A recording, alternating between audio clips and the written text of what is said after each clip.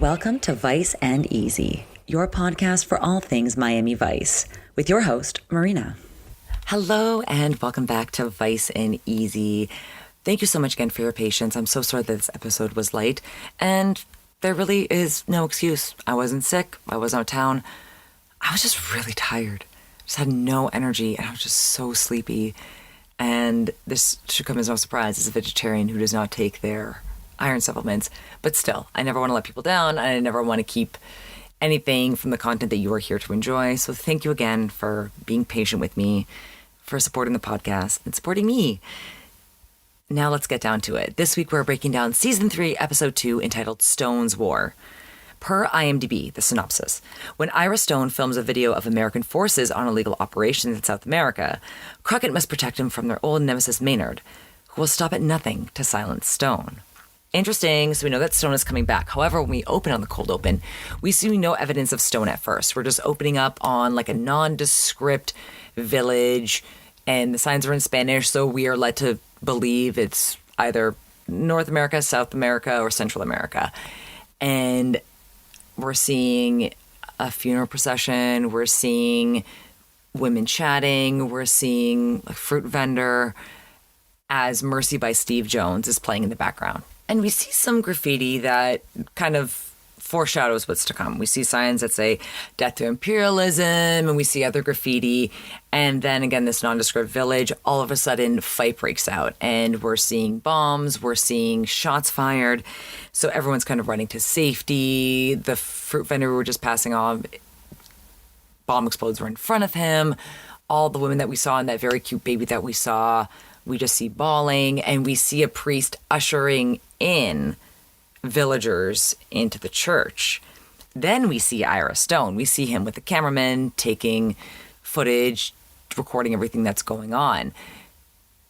While Stone and his cameraman are filming what's going on, they pin in on a soldier. We learn later that this is taking place in Nicaragua, and we see what appears to be a Sandinista. Now, he speaks fluent English, and we hear him talking about the priest, who is also American. There on, I'm assuming, missionary work. He's a Jesuit priest. And the priest gets shot. This is all on film, and Ira Stone has it. The soldier makes eye contact with the cameraman, shoots the cameraman. The cameraman dies, but not before Stone is able to get the footage. We don't know what happens because we cut the cold open, we go to the intro, and then we open back up at the Miami International Airport where Stone is coming down the escalator, and he's kind of like muttering about Crockett. Crockett, you better be there, Crockett, you better be there. And of course, Crockett, being the most loyal and best friend there is of course waiting for Stone. Now, as Stone is lining up to go through customs on the other side once he lands in Miami, we recognize two of the suits that are kind of standing around. One of them is the same quote unquote Sandinista that we saw speaking fluent English before the priest got shot. All very interesting, right? Now, Stone is already on high alert. As he's going through, the customs agents kind of giving him a hard time. You know, what's the purpose for your visit? You've had a lot of interesting visits. What were you doing in Nicaragua? What are all these tapes? Stone has a right to be concerned in this next clip. What are these? Videos of my trip. I'm going to have to detain them until they can be viewed. You can't do that. It'll take 4 days. We're looking for copyright violations, pirated films, pornography. Lady, I smell Big Brother. No. You smell yourself. Take a bath, Mr. Stone. You may go. Now, who among us has not been smelly coming off a long flight?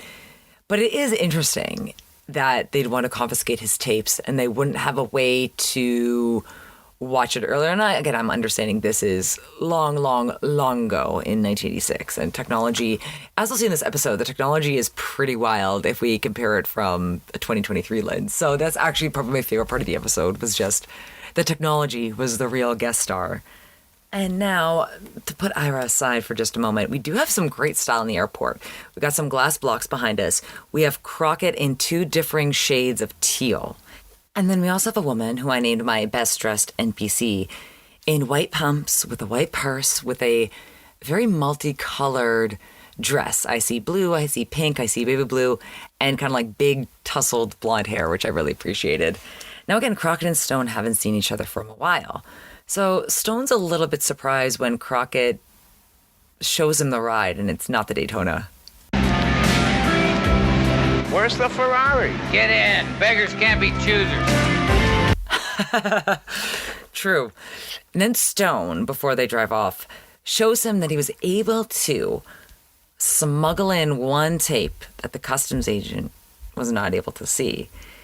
They go back to the St. Vitus dance, and Stone really, really, really wants to show him this clip. He's saying that he's going to win a Peabody Award, that it's this big scandal that he's unearthing. And again, Crockett doesn't have a TV, which I thought was surprising. I always thought Crockett had a TV. It turns out that it comes into play in a later episode, because I was like, wait, I swear. I guess to be fair, I usually see him on the boat. He's either hanging out or he's playing music. But yeah, no TV. I don't know how one could live. Well, Crockett's asking Stone, why did I get a collect call from Managua, Nicaragua? And Stone's trying to explain that he had this footage and that, you know, his reputation's not that great in New York, so he wanted to come to Miami, see if he could sell it to a network here. And of course, Crockett is in Miami. And now Crockett's not only a friend, but a source of security, as we'll see later on in the episode. So he really wants to show Crockett the footage. But there's no TV, so they do it the old school way. He watches it through the viewfinder on the camcorder on this next clip. What's this? What is it? That's a priest they killed. These are American troops? That's right. Oh. They shot your cameraman? Yeah, I wasn't sticking around for more target practice. No sale, pal. They would have nailed you before you got 50 yards. It happened. What can I say? Oh, yeah, it might have happened, but only because you set it up. Every news service in the world has got reporters in Nicaragua, and you're trying to tell me that Ira Stone copped the only exclusive out of there on a home movie camera? It's a fake. This grieves me deeply, Sonny. All right, why were there two goons after me in the airport? I didn't see anyone. Now, come on, Ira. What's your real scam? Scam? This is a huge story. Ooh, this is interesting because I don't blame Crockett for not believing Stone. And yet Stone is adamant that this is real. He brings up the bombing in Cambodia by the Nixon administration. Also interesting connection because then we have someone connected to the Nixon administration later on this episode. Very interesting. Very interesting that the two first episodes of season 3 are, I don't want to say pulled from the headlines, but yes, they're very much pulled from the headlines because previous episodes that we've had talking about either civil war or unrest and revolutions going on in Central or South America, they've never mentioned these countries by name. And all of a sudden, we're talking about the IRA and we're talking about the Iran-Contra scandal and Nicaragua and the war there. So it's like, oh, interesting. This is very much the Dick Wolf influence. Getting back to the episode at hand. Now, Stone is, again, really freaked out. He's really freaked out. He can sense that two people are following him. And when he mentions the goons at the airport, again, they kind of brush it off. And Crockett just tries to reassure him that with the First Amendment, that nobody's going to shoot at him here. Ha, ha, ha, ha, LOL, as if I put in my notes. Now, Stone is freaking out. And remember what we learned about the first time that Stone was around. Stone asks Sonny a question, and I don't know how he could have expected any other answer in this next clip. Listen, I'm a little wired right now. Do you think that you might have a little grass left over for some bust or something? Stone, you need a bath. Now again, how badly does Ira Stone smell? And as if there's any bathtub on that boat. Now, the next morning, Stone's up. He's on the phone. He's trying to reach somebody named Keeler. Crockett reminds him to feed Elvis. When Stone asks what Elvis eats, Crockett responds, fish, feet, whatever he's in the mood for. Now, let's get back to Ira because he's finally made contact with the guy Keeler he was trying to contact in this next clip. And the sperm bank piece was not perfect, but it did capture the essence, right? Look, this time, I really have a great story. It's a very hot property. Keeler? Damn it. Yes, hello. Mr. Stone, this is Rolando Lujan, news director at WXCR. I understand you're selling a tape. Yes, to the highest network bidder. I'm very sorry. I appreciate your calling. I'm afraid I could not possibly consider this. You are a local station. Well, if it's good, I'd be willing to pay you more than the networks. Say $25,000. Of course, I'd like to view the tape first. Could you have it delivered to my office? I happen to be extremely busy, but I think I could possibly arrange it about, say, in an hour. Okay, a few things. Even though we could see what was going on, so obviously we saw that the phone call was cut short and that the man who called him back was one of the CIA goons. Hired goons? I would just expect Ira to be a little bit more, I don't want to say street smart, but aware, like a little bit more curious as to who this interested bidder is. And he knows that people in the U.S. government want to see this tape. It would behoove him to be a little bit more selective in where he's going. However, he agrees to this. And then also, I was like, he's like, I'm very busy. I'm like, you are not busy. You are living on your friend's boat watching a gator. You are got all the time in the day. And so with that, he is off to the Miami affiliate, WLVE. And that's a very cute call sign, obviously, because it's the W love. And I didn't learn until I moved to California that it's W for the East Coast and K for the West Coast. Because everything in Canada is C. Like every call sign for the radio starts with a C. And I didn't realize the W and the K until I moved here. I'm like, wouldn't W be on the West Coast and K on the East Coast? But whatever, I digress. And when he's at WLVE, he goes to chat with the receptionist and in pure Ira Stone fashion wants to tell her a long-winded Ira tale in this next clip. Yes, so there were these 12 guys with these machetes, you know what I mean? And so I said to Castro, I said, Fidel, a lie gets halfway around the world. Uh-oh. Now that spooky music means that those CIA guys that he saw at the airport, they're also in the radio station because he can see them in, again, super high tech. I put a picture of it on the surveillance footage. Oh my God, too funny. So, and there's also a gif of him running. He's just a very bad runner. And I even made a note to myself, like, Bob Balaban had a little bit of a glow up from season 2 to season 3. And unfortunately,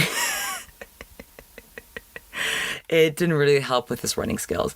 Now, I can't believe I totally messed up the chronological order.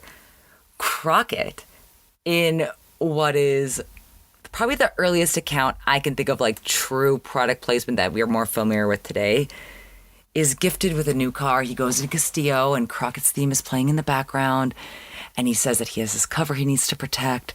Castillo, again, solemn and stoic as always, tells him to go outside, where a brand new Ferrari Testarossa is waiting in the parking lot. Now, again, they zoom in on the insignia on the front of the car, so you know it's a real Ferrari, because that was the whole issue with the Daytona, that the Daytona was taken off screen in a very memorable fashion by being blown up in season 3, episode 1, last week's episode, When Irish Eyes Are Crying. Because Enzo Ferrari wanted them to use a real Ferrari and not a fake Ferrari, or not, you know, a fake Ferrari body with, I believe it's a Chevy transmission. He wanted him to use the real thing. So this is legit product placement. And it's such a fun little part where Tubbs goes out to check it out with him. And Crockett gets in the car and revs the engine as Croc theme's playing in the background. I was like, oh, that's genius product placement. Because again, this was one of the most popular shows on television. This was back in the day where pop culture was a little bit more limited in its offerings. So there was more of a monoculture of things that everybody talked about, the water cooler.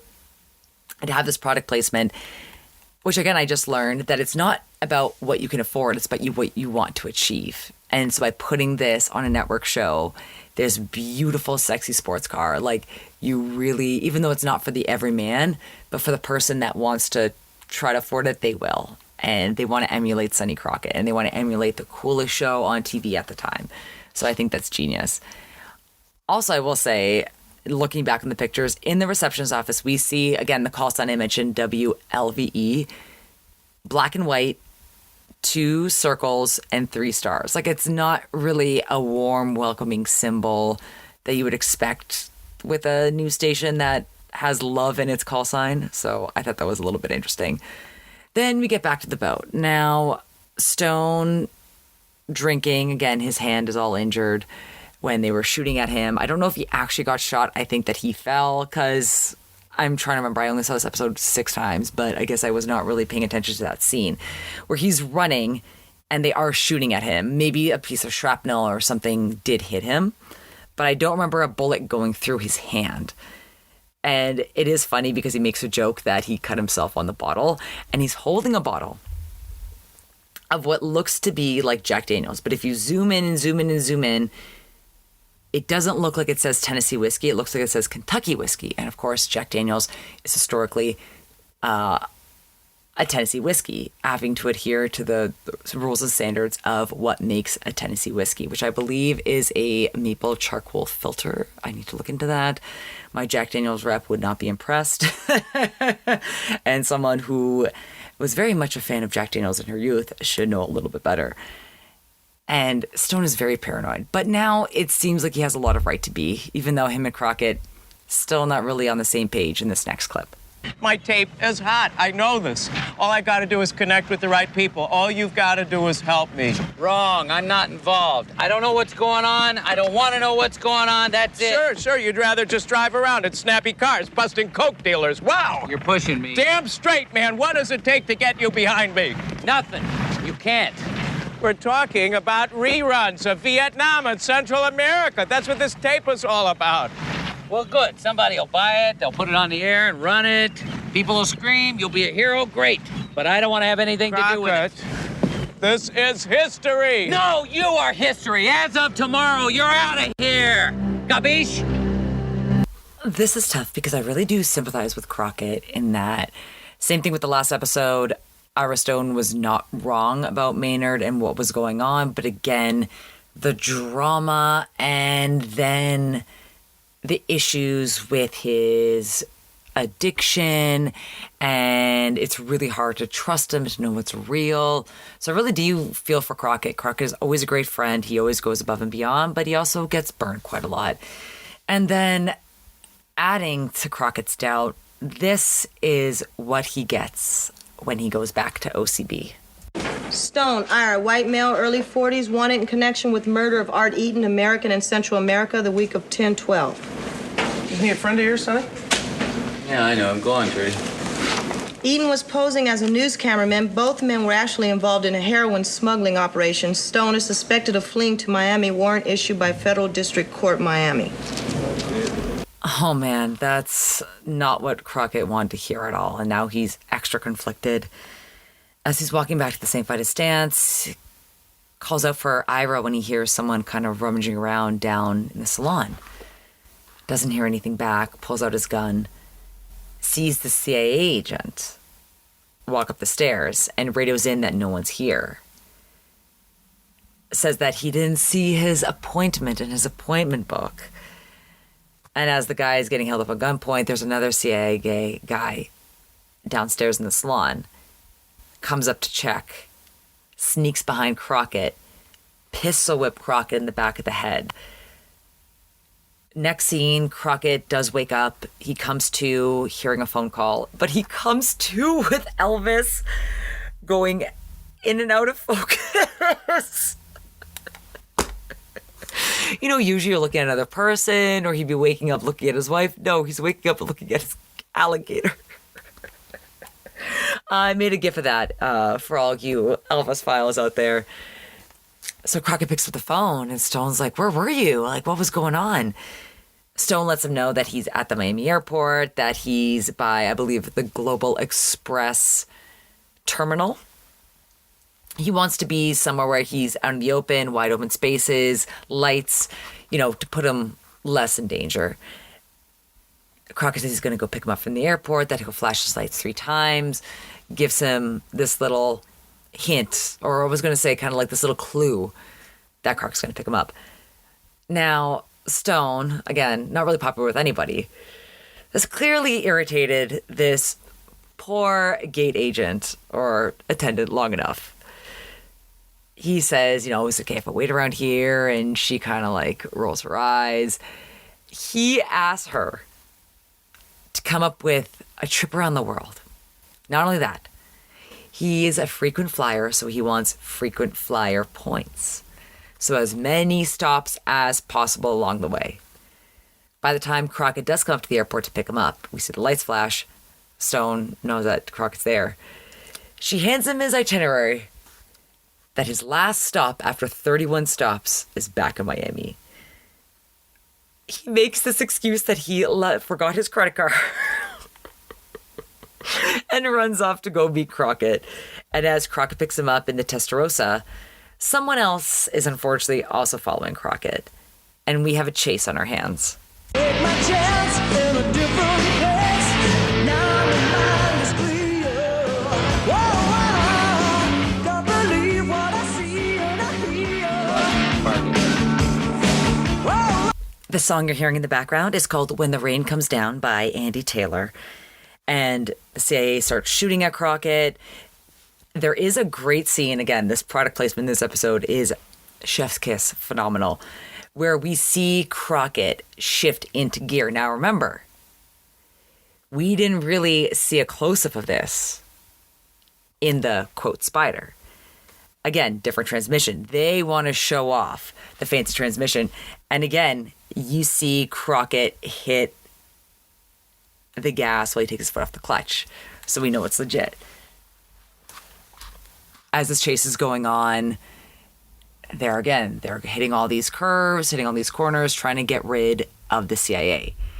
Now, I will say it's a beautiful chase scene. There are some really good shots and some really good GIFs I put up on the gallery that you can always check out. You can find it in my link tree on my Instagram, and you can always find it at the website at viceandeasypodcast.com. You can also find the gallery for every single episode in my descriptor notes. They're able to get away. They, with a low Testarossa, are able to go underneath a truck that's parked in the middle of an alleyway where their car and the CIA, unfortunately, doesn't really make it. They crash and they take a little bit off the top. They're still alive, but Crockett and Stone have gone away safe. Find the truth, Ira, right now. There's a federal warrant out for your arrest for the murder of Art Eaton in Costa Rica. We're moving smack. You picked me up. I was in Nicaragua. I had return reservations. Check out the flight schedule on my arrival. You saw me at customs. And Crockett says, well, until I get this all figured out, you're going to the one safe place I know. Ira says, jail. Crockett says, you sure bet? And they head down to OCB, and Crockett puts Stone at Metro for protection. Crockett says that he'll take care of the reporter and that he'll meet with her on behalf of Stone. Now, I really like this shot of Crockett meeting the reporter. Very beautiful. She's got curly hair and a beautiful white suit, great accessories. And there's this great shot of her where we get her side profile in a mirror, and then we just see the back of her head. And then we get to see the back of her head again when she's talking with Crockett. And Crockett's wearing a chartreuse shirt, kind of like a very, very bright green neon yellow. And this actually really suits him. We were talking the other episode that like mustard yellow does not suit him. However, this is a color that very much suits Sonny Crockett. And while he does look amazing in this color, and a lot of things do suit him, one thing that doesn't really suit him is being a salesman, as you can hear in this next clip. There's a chance that this is genuine, so be careful with it, lady. I don't know, they just made me laugh every time I watch the episode. I just always cracked up. But he does warn her that there are a lot of people who are interested in this tape. And she counters back that she's going to make sure the tape is real, that she wants to do her research, and that she doesn't want to put her name or her network's name in jeopardy. Kudos to her. She wants to do the research. And with that, we go from one meeting of the minds to another. We pan to a skyscraper. Well, not that high. I want to say it's like 20 stories, not super high. And we have a boardroom meeting. Now, this boardroom meeting kind of made me raise my eyes because we just see a pair of hands kind of massaging the shoulders of 3 different men going around talking about what their job is. We have an owner of WLVE. Boop, boop, boop. Alert, alert, red alert. I kind of want to use that like police siren from Jesus and Mero without getting sued. Then we have a lawyer, and then we have a board member. Oh, did I write it down? Did I write it down? Did I write it down? I did not write it down, but it seems to be an exec with some shell corporation based in South America, from what I could gather. And then we also have a judge who, they got the most unflattering shot of him. You just see him looking straight ahead with this big double chin. He doesn't even seem like that heavy of a guy. Just like an incredibly unflattering. And then we hear a shrill, nasally voice we definitely recognize in this next clip. Want the same thing. And thus far, our limited operation has been successful. A second wave is assembling. We leave in 24 hours. They will stay in the fields with our Contra partners and win. Then American public opinion will join us. That could be a very long haul. Remember, they do not have the same interests we share. They will support a winning army. And that's what we're creating. It's an admirable sales pitch. But I look at headlines from Nicaragua, and I see no results. We have several $1 million invested, much of it with you, and we have no way of determining whether we're getting our money's worth. I anticipated your skepticism. And that click of the briefcase, you would think could be a wad of money or drugs. Unfortunately, not. Maynard pulls out a necklace full of ears.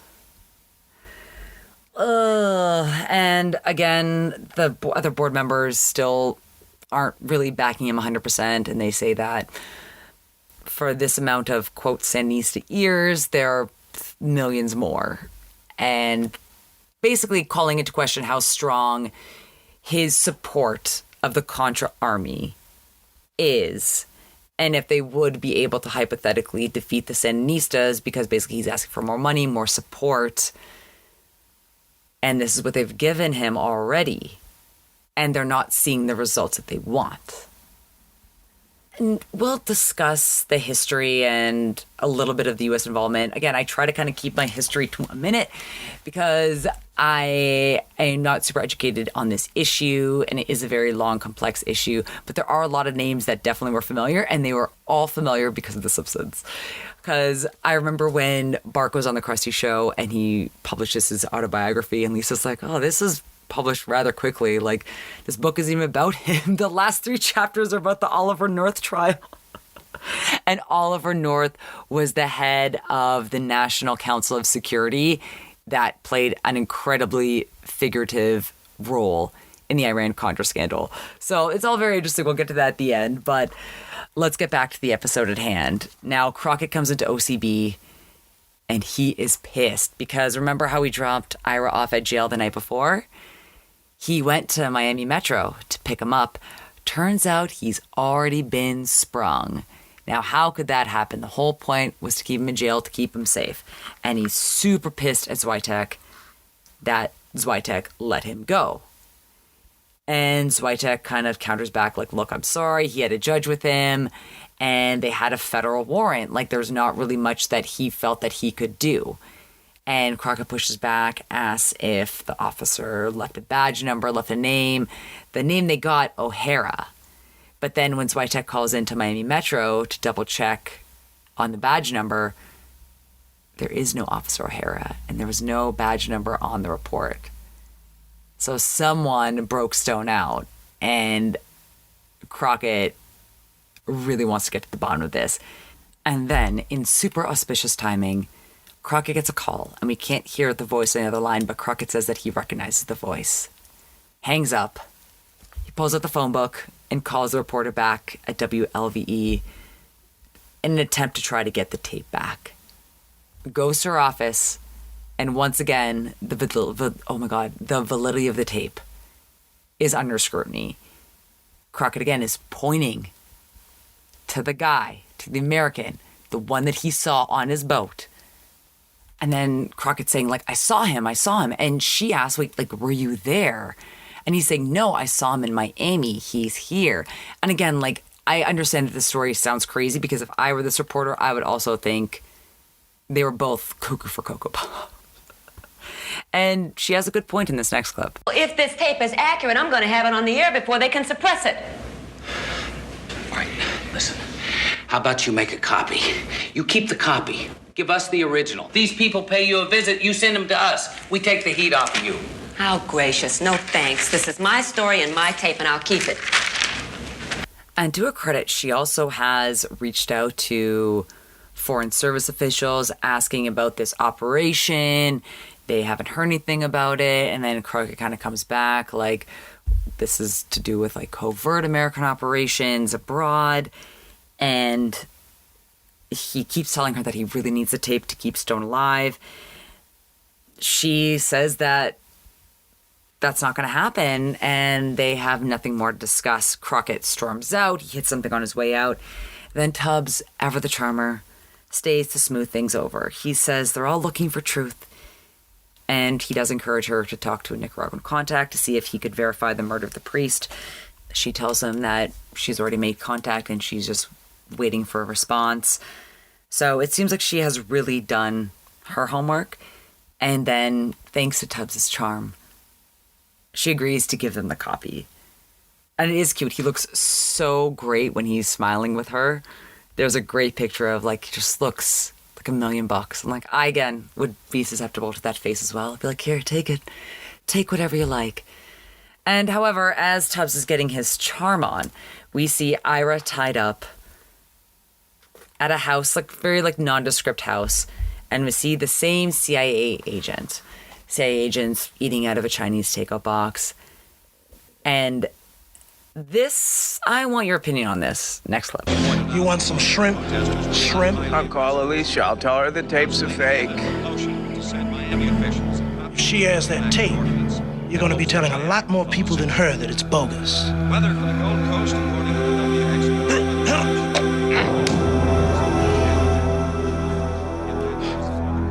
What's the matter, Ira? You don't like Chinese? So I'm assuming that he's allergic to shrimp, Stone, and that the CIA agent is force feeding him shrimp because, again, his hands are tied up. He can't do anything about it. He can just spit it out or try. So that's what I'm assuming, but I just didn't know how to read this clip. Also, I thought it was interesting. You can hear the radio in the background talking about a bill to be passed that would send confiscated weapons in America to the Contra forces in Nicaragua, which I thought was very interesting. Now, Crockett, ever the loyal friend, pulls up to meet Maynard, asks to see if Stone's still alive. Maynard pulls open the door of the van, sees Stone on the floor. And again, they get down to business. Maynard made some snide comments about Crockett's job. Crockett gives him the tape. Now, if anyone has experience with this technology that Maynard's using, please let me know. Because it just seems to be a machine that can verify if it's a copy or an original. And I'm sure this technology existed. I just have no idea what it's called or how it works. And the picture I took just kind of looks like an air traffic control map, except the lines are connected. I had no idea. I was like, is this like a constellation? That's what it kind of looks like to me. So I would very much appreciate your input if you have any idea what this technology is or what it's called.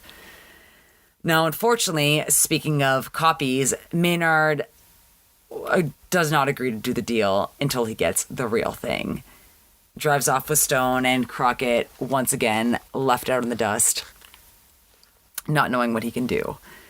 However, at the same time, the CIA agent is surprising the news reporter in her office.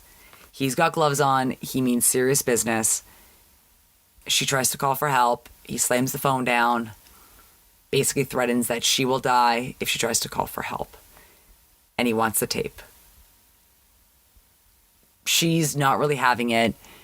She tries to play cool for a little bit, tries to run out. He smacks her over the head, takes one tape, puts a giant magnet around it in a circle, then goes to tape player, plays the video, another tape. Sorry, there's two tapes. Plays another tape in the video player, and then again rubs, or I guess doesn't rub because he's not making contact with the actual player, circles the magnet around the tape to ruin the tape. Now that he has destroyed the tape, another tape that he's verified in the VCR as being a copy of the tape, his business is done. No loose ends. Down all over me.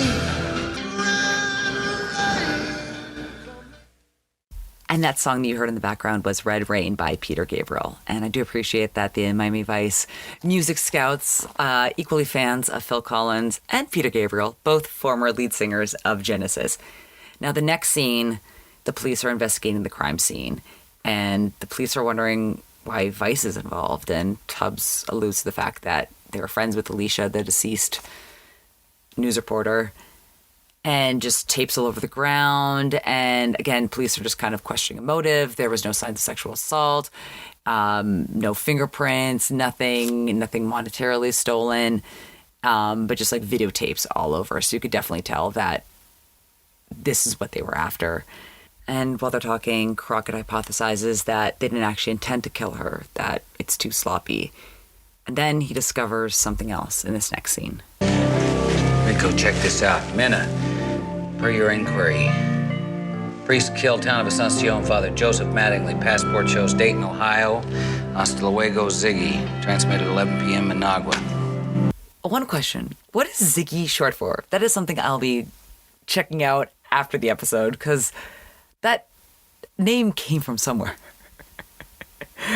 But to get down to the bottom of this, Crockett calls up Switek back at OCB and asks for the name of the judge that wrote the warrant, or that approved the warrant, that got Stone out of prison.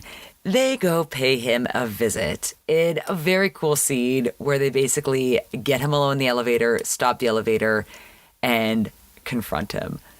Now, again, this was also the man who was filmed the most unfortunate angle during that boardroom meeting, Judge Leto. Let's hear his acting in this next clip. The warrant was genuine. Federal agents I have a working relationship with presented a valid request. I had no reason to believe it wasn't authentic, and I still don't. Stone was pinched on your warrant, but he's not in custody, and he's not on the street. He's kidnapped. Would like to believe that when you issued the warrant, you thought that Stone was on his way to jail. My warrant will hold up under scrutiny. You are detaining me, gentlemen. Listen, pal, if we don't find Stone, Maynard will kill him. So I hope you can handle the heat from a homicide beef. Because we're going to be the ones lighting the fire. I couldn't tell if he's just not the best actor or if he had just learned his lines phonetically. And that's why it sounds so stilted. Because again, he's saying things that make sense. It's just the delivery is so weird and stilted. But however, the homicide kind of rattles him a little bit. And basically he says, stop. What do you need? He's saying, I don't know where Stone's being held, but I have a number that Maynard gave us that we could reach him in case of emergencies. Tubbs takes this number, calls up the operator to get it searched. They can see what part of town, what address. And it's very old school. This is definitely before a lot of your times. You had a live operator, and you can see Tubbs is probably an operator he's definitely worked with before, kind of like flirt with a little bit, which I thought was very cute because I was like, oh, such a bygone era. So again, they get the address of this house. They go, again, nondescript, teal blue bungalow, pretty empty inside. Crockett and Tubbs kind of stake it out.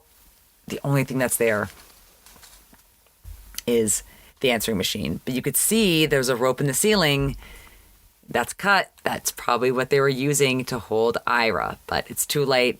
They just see the answering machine, And frustrated, Tubbs goes outside to try to look for more answers. He sees a garbage can kicked over, finds a piece of paper that basically kind of like outlines flight departure, pickup point, all that. He kind of results to Crockett. Crockett, Florida boy as always, knows the Everglade, and they race on. And again, a great shot of the Testarossa flying down Alligator Alley. I believe that's the correct highway to get to the Glades. I think it is. And it's from there they're able to see a bunch of men in fatigues and armed get in to a plane. They see Maynard in a Jeep talking to another guy, and it's a great shot of them both facing each other. And so while Crockett and Tubbs are kind of figuring out their plan of how to confront Maynard, we cut and we see Stone in the warehouse with O'Hara, the CIA agent, again, that we saw in Nicaragua, that we saw at the airport, that we saw in Crockett's boat. And he really wants intel from Ira. Threatens to shoot him 15 times, that he says that he's seen guys survive 15 bullets. And he really wants Ira to talk. Shoots him in the leg. And it's at this point, Crockett is able to surprise Maynard, hold him at gunpoint, and get him to bring him to the warehouse where Ira's being held. Now, before Crockett came on, Maynard responded to the CIA agent that to get as much information from Ira as possible within the next 15 minutes and then close the books, a.k.a. kill Ira. So Crockett and Tubbs did make it just in time. And as we get to the warehouse where Ira's being held and that we know then the inevitable shootout's about to begin, we hear Lives in the Balance by Jackson Browne. For something to happen for a week or a month or a year, with the blood and the ink of Take your left hand, very slowly, pull it out of the holster and put it on the floor. I definitely do give this episode credit for picking very thematically appropriate songs for this entire episode. You know, they're not as the bangers that, you know, I definitely always enjoy listening to from the Miami Vice soundtrack, but I was like, you know what, this is very thematically relevant and I very much appreciate this. Then, as a shootout is about to occur, Maynard brings up sad but true point in this next clip. You can't stop the inevitable flow of history, Crockett. Well, you never know. I can try.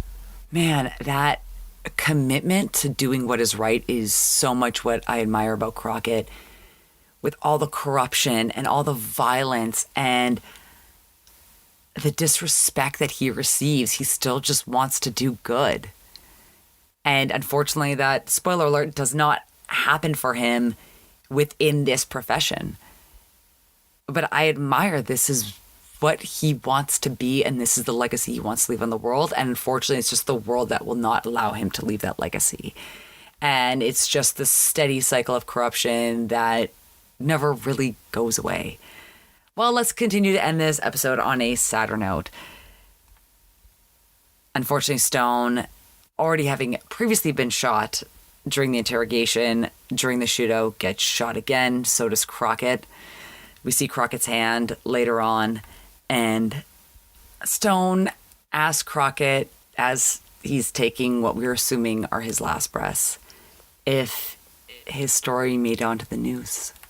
And Crockett doesn't have the heart to tell him and tells him that's going to be all over the news and he's going to be famous one day. And it's with that, Stone passes away. And again, season 3, the acting is great. The guest stars are great. Death scene's not so believable. It's just the head turn death. I understand it's for dramatic effect, so I don't need to be too much of a... Boy, I really hope somebody got fired for that blunder. And so as Crockett watches another person that he's close to passes away, and there was nothing he could do to save him, he did all he could, and unfortunately Stone's story is not going to be on the news. And that what Stone died for will never be revealed. Maynard and the rest of the CIA get away, board a plane, as we cut to Crockett and Tubbs in a Jeep while Crockett's wrapping up his hand, pull up to the tarmac as the plane is already taking off. Meaning that Maynard and the CIA are going back to Nicaragua to aid the Contras against the Sandinistas. Crockett is listening to the news while he's fishing on the end of his boat, and he hears the news that is being reported that the Sandinistas killed an American priest in Nicaragua, and that a protest is soon to come.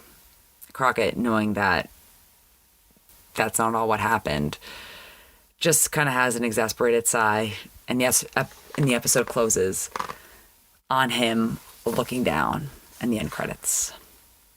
Woo, depressing story. I do apologize. But let's try to have a little bit of fun with it, shall we? Let's get into some fashion. All right, I'm going to shake things up a bit because I just created 2 new categories. Best NPC, of course, goes to the beautiful woman with the white pumps and the white purse with the multicolored blue and pink dress in the airport. Best newcomer I gave to the Ferrari Testarossa. Our beautiful girl has finally made her big screen, silver screen debut. Now, best dressed male. I always give it to Crockett, but this time I'm going to give it to Tubbs in a royal purple with black suspenders, and you can see his diamond earring looking like $1 million. This whole episode, I know there wasn't really a lot about in this episode, but the way he was able to use his charm to get Maynard's address, to get Alicia to give the tape over, he really brought it this episode, even though it wasn't about him. So kudos to you, Tubbs. Now, best dressed woman. Clearly, you could tell how obsessed I was with the porter and her accessories. I just really loved the 3 chain link necklace that she had on, the white suit. Great tailored fit for her. Definitely going to give her my best dressed of the episode. I guess I was going to say I'll also give a silver medal to Crockett at the airport with the 2 differing shades of blue, because that is a great color on him. And he also looked great when he was meeting up with the news reporter Alicia with the chartreuse undershirt. But I'm going to give best dress to Tubbs in royal purple, like the king he is. And now we don't really have a lot of Vice this episode because the people that I've already covered were already in Back to the World, Stone's first appearance. So you already know all about G. Gordon Liddy. I did think that was very interesting that they brought up Nixon when G. Gordon Liddy was part of the Watergate scandal as a convicted felon as a result. Thought that was very interesting. Not really sure what they were trying to tell with this episode, but I, for one, appreciate it. Now, let me give you a little history minute about the Iran-Contra conflict. So, after the Iran hostage situation in 1979, President Carter imposed an arms embargo on Iran. Now, before 1979, the U.S. was the largest seller of weapons to Iran. So this was a very big move on Carter's part. Reagan said that after he was voted in, he would continue the embargo. The U.S. even went so far as to ask other countries not to sell weapons to Iran. However, despite all that, the U.S. was selling weapons to Iran and funneling that money to support the Contras in Nicaragua. So the Contras were fighting against the Sandinistas, and the Sandinistas were the government-backed, left-wing government-backed army against the Contra rebellion. Oliver North was then the head of the National Security Council. And that's why I brought up the Oliver North trial, because I didn't know this guy was a real person until like 4 years ago. It's like, oh, this all makes a lot more sense. Now, Reagan was publicly supporting the Contras. However, no evidence was found that he actually gave authorization or encouraged Oliver North to sell weapons to Iran and to use that money and funnel it into supporting the Contras. Now, back to Oliver North. Another reason this was a huge scandal. Oliver North also destroyed or hid very important documents. And then later, when he was put on trial, his notebooks were made public. So more of this information was available to the public.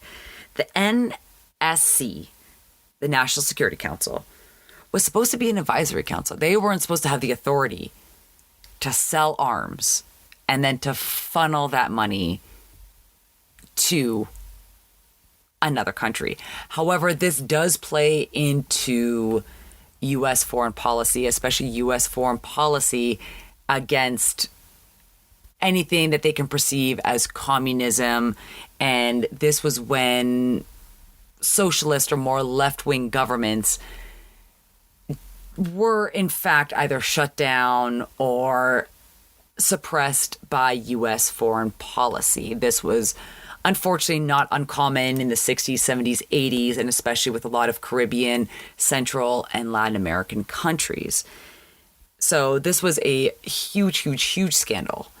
So much so that Reagan actually publicly apologized and accept his role and everything, which I think is wild. I'm going to do a little bit more research on this, but this is kind of like my 1 minute history regurgitation that I'm going to give you. So that's why it is very interesting that they would make an episode of Miami Vice about this when this was in fact happening in many other countries. But I understand that this is Dick Wolf's influence and he very much wanted to do rip from the headlines. And again, that worked for him amazing on Law and Order. And I am enjoying learning more about history that I was previously not super knowledgeable on. And again, I'm only, kind of going through Wikipedia and like a few articles. I'm not actually doing a deep dive, but I didn't really know much about Northern Ireland until the last episode. And now I'm learning a little bit more about the Iran-Contra affair. So thank you, Dick Wolf.